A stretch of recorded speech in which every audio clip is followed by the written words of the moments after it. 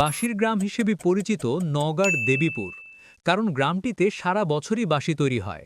নওগাঁ শহর থেকে উত্তরে ৩ কিলোমিটার দূরে তিলকপুর ইউনিয়নের দেবীপুর গ্রামে প্রবেশে দেখা মিলবে রাস্তার দুই পাশে বাঁশি তৈরির উপকরণ নল এর গাছ। এ গ্রামের প্রায় ২০০টি পরিবার বাঁশি তৈরির কাজে জড়িত, আর এটিকে পেশা হিসেবে বেছে নিয়েছেন এ গ্রামের বাসিন্দারা।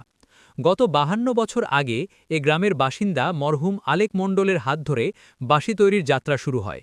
এরপর গ্রামের সর্বত্র ছড়িয়ে পড়ে এ কাজ। জানা যায় বছরে এ গ্রাম থেকে প্রায় ২০ কোটি পিস বাঁশি উৎপাদন হয়, যার উৎপাদন খরচ ২০ কোটি টাকা হলে পাইকারি মূল্য প্রায় ৩০ কোটি টাকা। আগামীতে বাঁশি রপ্তানির পরিকল্পনা রয়েছে ব্যবসায়ীদের। বড় ধরনের মেলা যেমন বৈশাখের মেলায় এক মাসে প্রায় ২ কোটি টাকার বাঁশি উৎপাদন হবে এ গ্রাম থেকে। ক্ষুদ্র এই কুটির শিল্পকে এগিয়ে নিতে সঠিক পৃষ্ঠপোষকতা পেলে এসব কারিগররা আর্থিক দিক থেকে আরও উন্নতি করতে পারবেন বলে মনে করেন সংশ্লিষ্টরা। সরজমিনে দেখা যায় ক্ষেত বা জমি থেকে বাঁশি তৈরির প্রধান কাঁচামাল নল কাটার পর পরিষ্কার করে সাইজ মতো কেটে রোদে শুকিয়ে অন্তত ১৫ ধাপে তৈরি হচ্ছে বাঁশি। বলা যায় বাঁশি তৈরিতে প্রধান ভূমিকা পালন করে নারীরা, আর পুরুষরা বাজারজাত করে।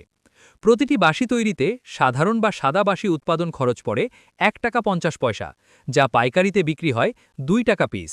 আর বাঁশির সৌন্দর্য বাড়াতে বেলুন ও রঙিন কাগজ পেঁচিয়ে উৎপাদন খরচ পড়ে ৫ টাকা ৫০ পয়সা, যা পাইকারিতে বিক্রি হয় প্রতি পিস ৬ টাকা ৫০ পয়সা। খুচরা পর্যায়ে সাদা বাঁশি বিক্রি হয় ১০ থেকে ১৫ টাকা এবং রঙিন বাঁশি ১৫ থেকে ২০ টাকা পিস। বিভিন্ন জেলার ব্যবসায়ীরাও এ গ্রাম থেকে বাঁশি কিনে যান। এ গ্রামের নারীরা সাংসারিক কাজের পাশাপাশি বাঁশিতে রঙিন কাগজ জড়িয়ে বাড়তি আয় করে।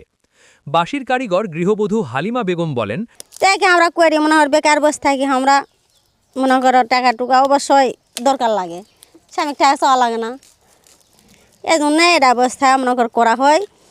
আগে কিছুদিন আগে ছিল না, এখন মনে করো প্রতিটা দিনই হয় ১০০০-১৫০০ যত দূর যায় যেটা করবা পারে। দিনে ওই ১,০০০ বেশি পেশা যায়, মনে করো দিনে রাতে মিলে দুইজনে মিলে পড়লে হয়তো ১৫০০ বেশি হয়। আবার এর ভিতর গরু বাছুর আছে, কাজকাম আছে, হাঁস মনে করে রান্না বাড়া খাদ্য খাওয়া আছে, নামাজ কালাম আছে, করে থিও মনে কর নিজের ইচ্ছা স্বাধীন এরা করা যায়। রাত্রে ঘরত বসে থাকেও করা পারেন।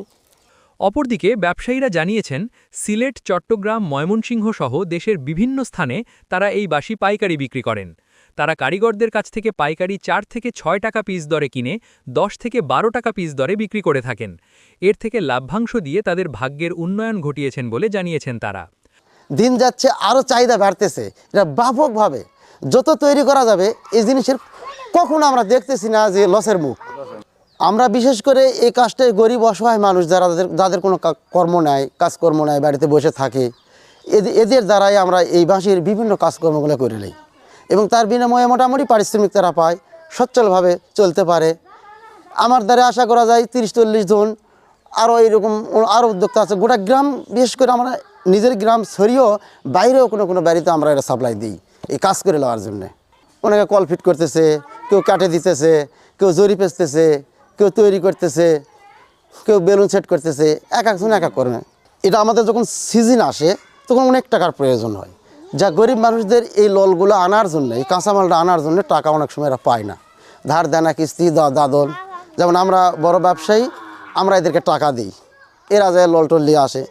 এদের যদি পুঁজি থাকতো তাহলে হয়তো আমাদের কাছ থেকে নিত না, নিজেই আনতো। বিদায় এখানে অনেক টাকার প্রয়োজন, গরিব মানুষেরা এরা ওই কিস্তি ছাড়া এদের আর বুদ্ধি নেই।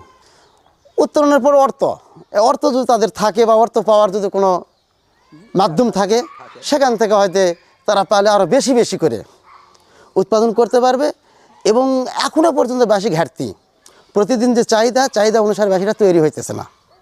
কারিগরদের দাবি, সরকারি পৃষ্ঠপোষকতায় স্বল্প সুদে ক্ষুদ্র ঋণ দানের ব্যবস্থা যদি তাদের জন্য করা হয়, তাহলে এই ব্যবসাকে তারা প্রসারিত করতে পারবেন। এছাড়া দেশ বিদেশের বিভিন্ন স্থানে এই বাঁশির চাহিদা থাকায় সরকারি সহযোগিতায় এই শিল্পের বিস্তার ঘটানো সম্ভব বলে জানান তারা।